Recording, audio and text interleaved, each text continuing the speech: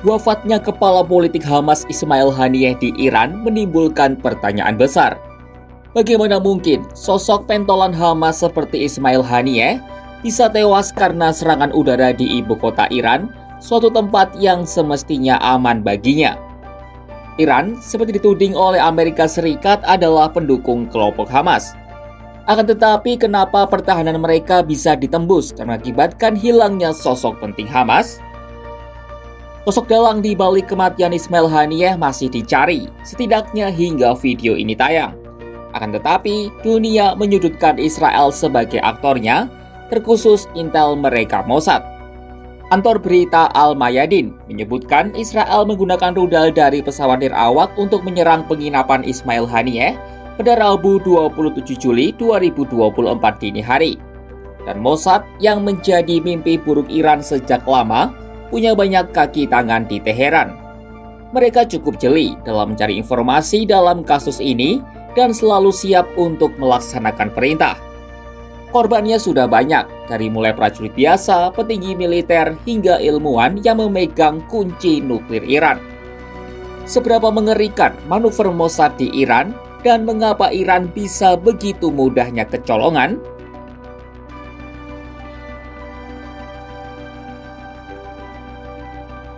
Mossad, yang berarti Institut Pusat Intelijen dan Operasi Khusus, merupakan satu dari 3 organisasi intelijen utama Israel, bersama dengan Aman yang merupakan intelijen militer dan Shin Bet yang bertugas di keamanan internal.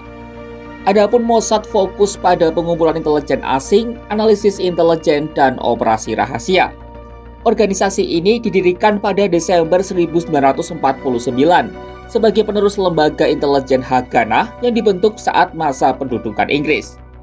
Sejak dibentuk, Mossad telah berkali-kali melakukan operasi intelijen tingkat tinggi. Misalnya pada 1960, Mossad berhasil menangkap anggota Nazi Adolf Eichmann di Argentina. Mereka juga sukses melenyapkan para pemimpin gerilya Arab yang bertanggung jawab terhadap pembunuhan atlet Israel di Olimpiade Munchen 1972. Organisasi ini juga dikaitkan dengan tewasnya beberapa pemimpin Palestina di Eropa, Timur Tengah, dan Afrika Utara.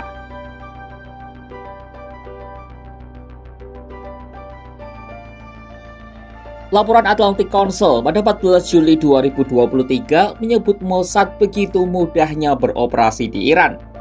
Saking mudahnya, agen Mossad tidak hanya dapat mengumpulkan informasi intelijen, tapi sampai bisa menangkap dan menginterogasi anggota Garda Revolusi Iran atau ERGC di tanahnya sendiri. Misalnya pada April 2022 lalu, Intel Israel menangkap seorang anggota ERGC bernama Mansour Rasouli. Ia diculik dari rumahnya di Iran. 3 bulan berselang, tepatnya pada bulan Juli, Mossad kembali menangkap anggota Garda Revolusi Iran lain bernama Yadollah Ketmati. Dari pihak ERGC mengakui adanya penangkapan itu. Mereka disebut diculik kelompok penjahat yang diperalat Mossad. Meskipun militer Iran itu menyangkal Rasouli sebagai anggotanya, yang mereka sebut sebagai petani biasa. Sementara soal Ketmati, Iran menganggap pria itu dipaksa berbohong di tengah siksaan. Setahun berselang, giliran Youssef Shahbazi Al-Basaililo yang ditangkap. Bahkan, Mossad turut menyiarkan video interogasi Shahbazi yang mengungkap siapa saja anggota jaringannya. Selain melenyapkan para petinggi, tujuan lain Israel adalah mencuri data Iran, terutama yang berkaitan soal nuklir. Pembobolan terbesar terjadi pada tahun 2018. Januari 2018, sejumlah agen Mossad menerobos pusat penyimpanan arsip nuklir Iran di Sirobat. Lokasi itu baru, dan seluruh arsip nuklir Iran dipindahkan ke sana karena takut dicuri. Namun naas, justru di sanalah arsip itu dicuri. Sebagai gambaran, Iran menyimpan arsip selama 30 tahun pengembangan nuklirnya dalam 32 lemari besi. Seluruh lemari itu berhasil dijebol Israel. Pencurian itu dipantau langsung Direktur Mossad Yossi Cohen dari Tel Aviv. Ia dan para petinggi Mossad mengawasi pembobolan itu lewat citra satelit yang menyiarkan kondisi di lokasi secara langsung.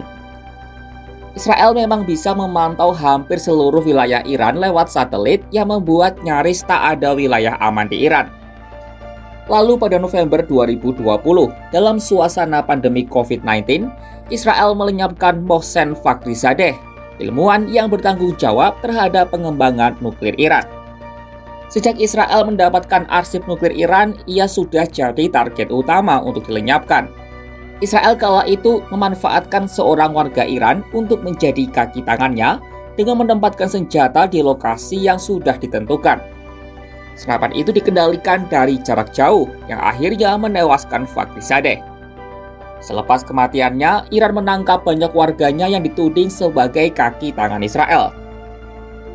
Aparat Iran menyiksa orang-orang itu agar mengaku sebagai agen Israel.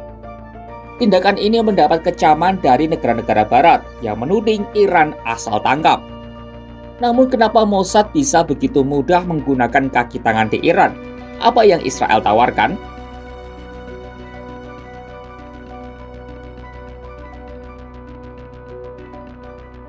Israel jelas tak bisa begitu saja membujuk warga Iran, apalagi petingginya untuk bekerja sama dengan mereka. Mereka perlu menyiapkan imbalan atau ancaman. Seorang mantan intel Garda Revolusi Iran pernah berbicara kepada BBC. Dia menyebut Israel dan sekutunya memantau ketat kehidupan petinggi serta diplomat Iran. Nah, Israel sering memanfaatkan foto atau video kala mereka berselingkuh sebagai ancaman. Khawatir aibnya tersebar, mereka akhirnya mau menjadi kaki tangan Israel. Sementara sebagian lagi mau jadi kaki tangan karena kebencian pada pemerintah Iran. Ada juga karena alasan ekonomi dan mencari bayaran dari Israel serta sekutunya. Tel Aviv diketahui mengeluarkan banyak uang untuk menyogok warga Iran. Bahkan saking parahnya penyusupan Israel, ex-presiden Iran Mahmoud Ahmadinejad pernah melakukan pembersihan besar-besaran pada tahun 2013. Kala itu ia menangkap komandan ERGC, Intel, sampai pembaca doa yang dituding jadi kaki tangan Israel. Mereka mendapat hukuman yang beragam, dari mulai kerja paksa, dipenjara, hingga dihukum mati. Ia juga tercengang karena ada petinggi badan intelijen yang terbukti jadi kaki tangan Israel. Iran punya banyak PR untuk mencegah Israel makin banyak melenyapkan petinggi dan mengekspos data sensitif mereka.